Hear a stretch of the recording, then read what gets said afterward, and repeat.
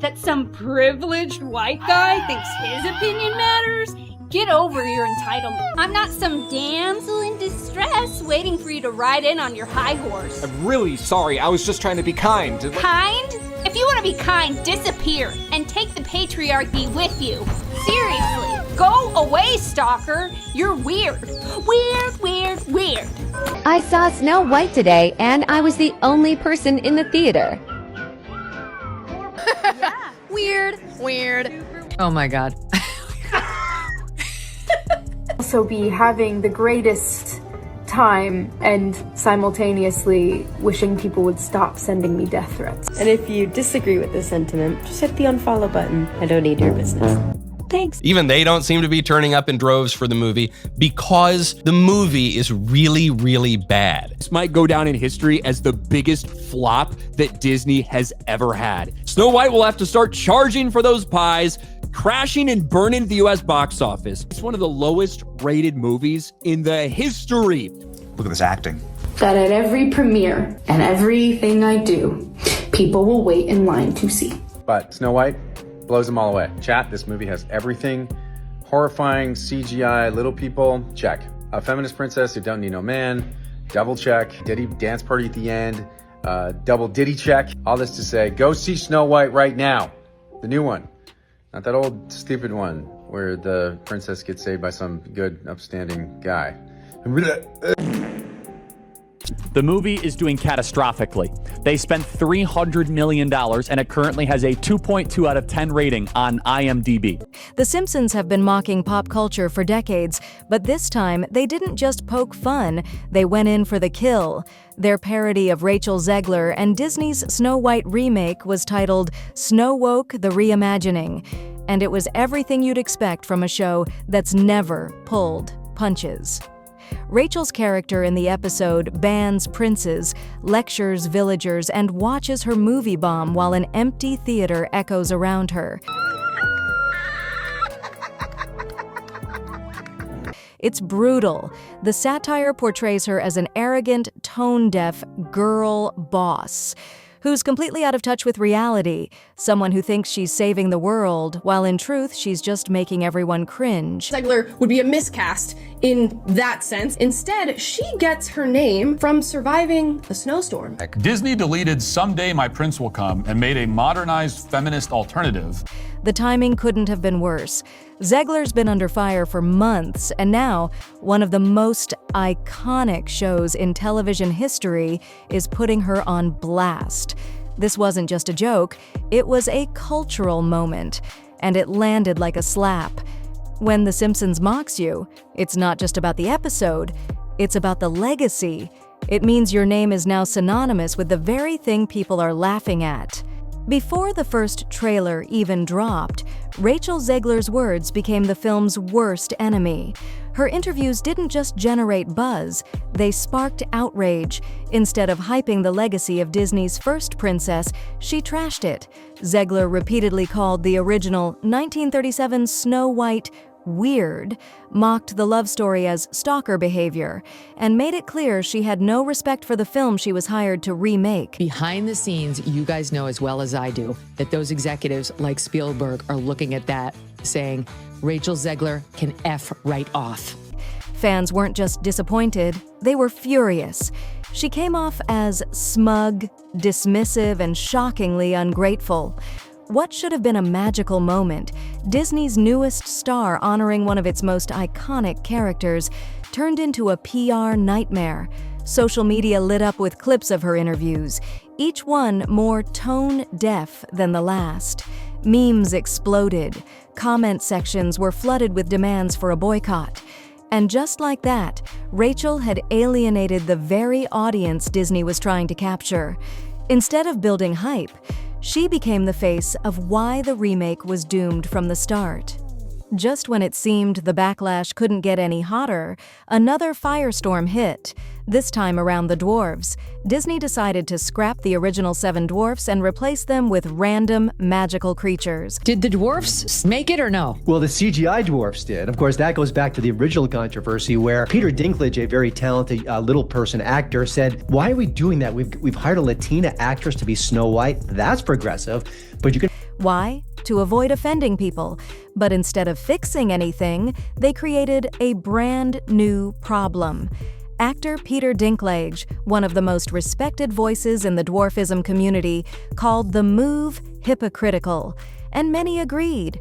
The studio was claiming to be progressive, yet in doing so, they erased roles that could have gone to talented actors with dwarfism. You're replacing jobs that people could have as little people. Okay. Snow White and the Seven Dwarfs, it's for dwarfs, you know? Worse, they kept one dwarf among the magical creatures, just enough to feel tokenized. Fans and disability advocates slammed the decision. And Rachel, already in hot water, got pulled into the storm by association. Suddenly, people were accusing the film of not just being tone-deaf, but actively regressive.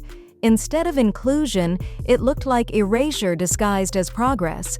The controversy was so loud, even The Simpsons mocked it, and it only added fuel to Rachel's already blazing reputation crisis. While Rachel Zegler was busy preaching about feminism and modern fairy tales, audiences were busy not showing up. Snow White's box office numbers were flat-out embarrassing. On its opening weekend, it made a pathetic $2 million, while Minecraft, a movie based on pixelated blocks, raked in $60 million. The comparison was devastating. It wasn't just a flop, it was a box office massacre. TikToks of empty theaters went viral. People posted videos of themselves sitting alone in movie screenings, laughing at how deserted the showings were. Disney had poured over $300 million into this project, only for it to become one of their worst-performing live-action remakes ever. And at the center of it all, Rachel Zegler. The numbers didn't lie. Her name had become a liability. And no amount of interviews, political takes, or online lectures could change the cold, hard truth. Audiences weren't buying it. Literally. When the backlash finally became too loud to ignore, Disney reportedly stepped in, and not with support. According to insiders, they asked Rachel Zegler to pay up for the disaster she helped create. They allegedly cut her from press tours, canceled her interviews, and quietly removed her from future media appearances. And then, silence. Rachel, once hyperactive on social media, suddenly disappeared. No Instagram lives, no tweets, no interviews. It was like she'd vanished overnight. Insiders claim Disney had completely distanced themselves, trying to salvage whatever they could from the marketing wreckage. And Zegler?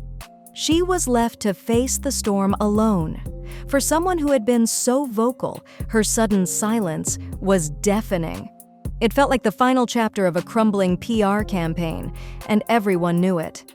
It was the tweet that sent shockwaves through the industry.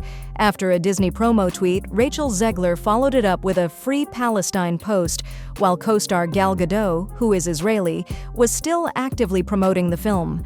And then she, minutes later, followed it up with, and never forget, Free Palestine. And isn't her co-star Jewish? Yes, Gal Gadot, whatever.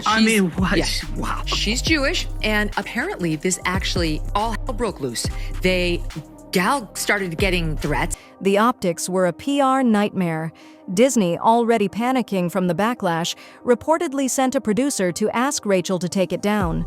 She refused. And just like that, a political firestorm engulfed the project.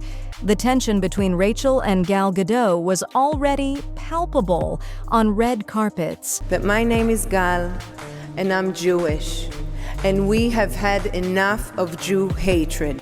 With awkward silences and visibly strained interactions. But after the tweet, rumors exploded that Gal had completely distanced herself behind the scenes. It was no longer just a creative clash, it was a full-blown political rift, playing out in front of a global audience. And in a moment where unity was crucial, Rachel had torpedoed her own team. The industry that once embraced Rachel Zegler was now slowly pushing her out. Casting calls stopped including her name. Projects she was once attached to were suddenly in development limbo. Directors and producers were quietly distancing themselves. Nobody wanted to be the next Snow White disaster. And it wasn't just professional. Her very public breakup with co-star Josh Andres Rivera added emotional drama to the narrative, feeding headlines and reinforcing the image of a star spiraling out of control. What should have been her year turned into a PR nightmare. Rachel went from award show darling to a cautionary tale faster than anyone could have predicted. Once you become a meme, there's no turning back. Rachel Zegler's interviews were clipped, edited, and remixed across every corner of the internet. She was mocked on Reddit threads, dragged on TikTok, and even targeted by fake OnlyFans accounts using AI-generated images of her.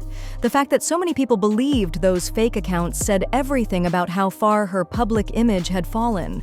Her reputation was no longer just controversial, it was laughable. Girl boss Snow White trended for all the wrong reasons. And instead of earning sympathy, Rachel became internet shorthand for what not to do during a press tour.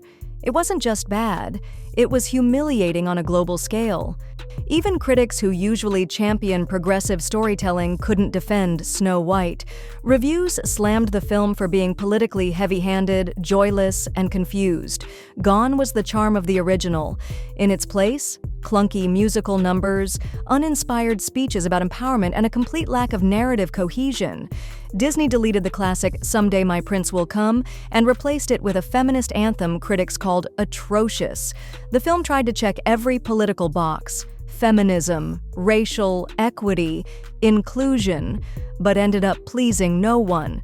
It was a Frankenstein monster of messaging, stitched together by corporate panic. And at the center of it all, Rachel Zegler, delivering lines that felt less like acting and more like a TED Talk with a tiara.